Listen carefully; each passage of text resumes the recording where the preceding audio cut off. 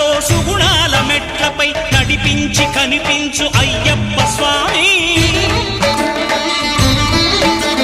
మకర సంక్రాంతి సజ్జోతివై అరుదెంచి మహిమలను చూపించు మణికంఠ స్వామి.